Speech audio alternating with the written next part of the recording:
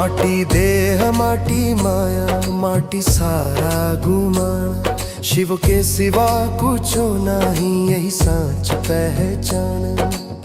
चली अब ध्यान लगाई शिव में, मोह के बंधन तोड़ के, छूटे माया छूटे जग सारा, शिव नाम में खुद के जोड़ के।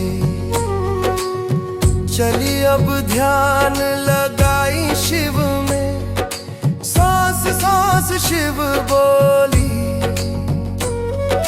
मन के शोर जब शांत भई तब अंतर में शंकर डोली।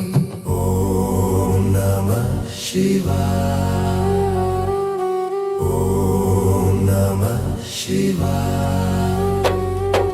ना धन के चाह ना तन के मोह, ना रिश्तन के कोई भार, जटाधारी के ध्यान में बैठनी छूट गईल जन्म जन्म के जाल। माटी देह माटी माया माटी सारा गुमान, शिव के सिवा कुछ नहीं यही साच पहचान।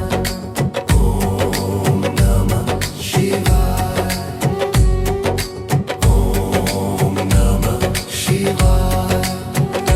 माटी देह माटी माया माटी सारा गुमान, शिव के सिवा कुछ नहीं यही साच पहचान।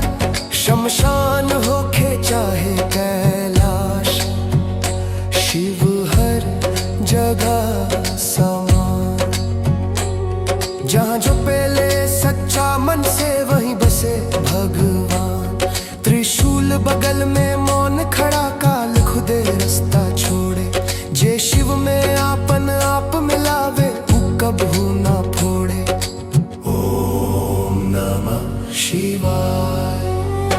आंख बंद पर भीतर उजास डमरू बोले धीमे, शिव शिव गूंजे हर धड़कन में मन डूबे गहरे नींद में। ना मैं रह लूं ना तू रहलस ना कोई पहचान, शिव में लीन भइल जब प्राणी तब जानल ब्रह्म जान।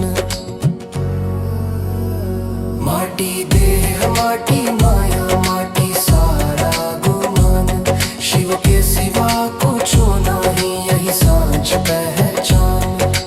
ओम नमः शिवाय, ओम नमः शिवाय।